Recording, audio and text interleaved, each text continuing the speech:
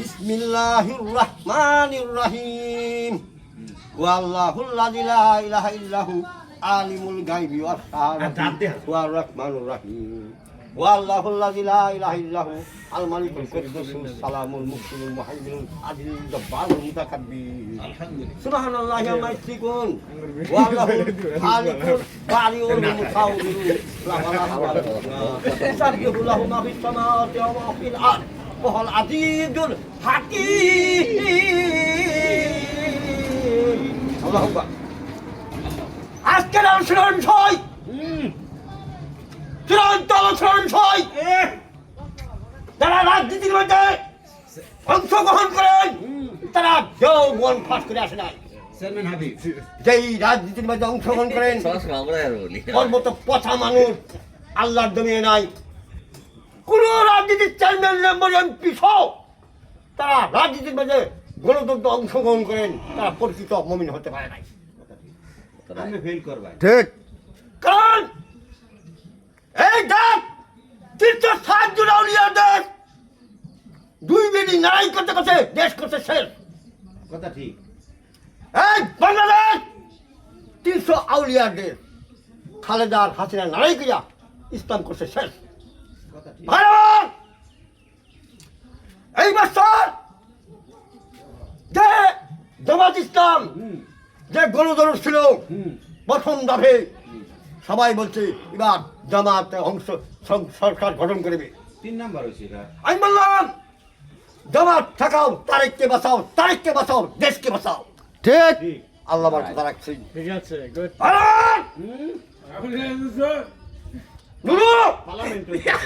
তুমি আমার লগে করে ঘুরে রাইট তোমার আমার সামনে সবসময় পড়ো না। এবার চেয়ারম্যান হাবিব আলোচনার বিষয় একমাত্র আল্লাহর ভরসা। ঠিক আমার বলতেছে আলোচনার বিষয় থাকবে একমাত্র আল্লাহর ভরসা।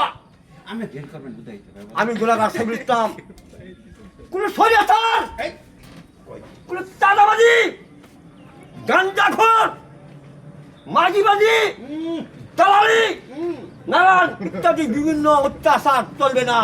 ঠিক আমি গোলাগার সাইফুল ইসলাম যখন চেয়ারম্যান পরিষদ অংশগ্রহণ করবো আমার বাসান থাকবে একটাই, আমি গরিবের রক্ত চুষে খাবো না।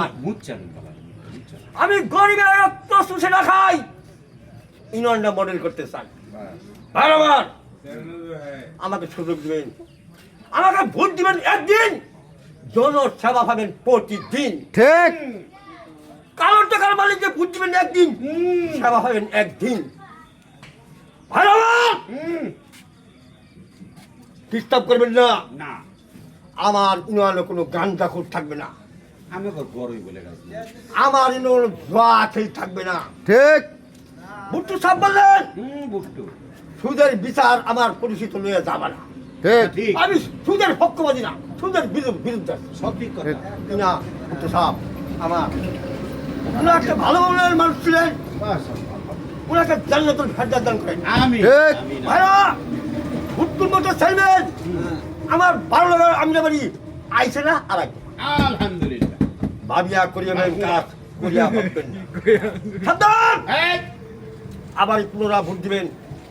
ইউনিয়নের লুট যে লুট আছে, যে লুটটা ভুট্টু সামালতে পারছে, ঠিক যে লুট ভুট্টু সামালতে পারছে। ঠিক এই লুট ভুট্টু সামালতে পারবে না। ইউনিয়নের যে লুট একমাত্র সামালতে ভুট্টু। ইউনিয়নের জামজট চলাইছে ভুট্টু। বুট্টু দেখছি না আমার পুরানো রাকের সামনে মানাবেন, নিঃস্বার্থবাদী মানাবেন, সুবিধাবাদীকে মানাবেন না। না আর আমার কালো টাকার কাছে মুড়িদ হবেন না। কথা ঠিক একাই কইতেছে, এটা কইতো না।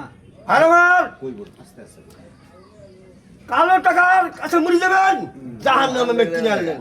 একটা সার বিনিময়ে আপনি মাথা বিক্রি করবেন না। না একটা ছেড়ে বিনিময়ে মাথা বিক্রি করবেন না। ঠিক কতদিন লাগবো আর আমার এই ৭২-এর সমানুন ডিস্টার্ব হয়ে গেলেন। আর আমার ওয়ালাইকুম সালাম।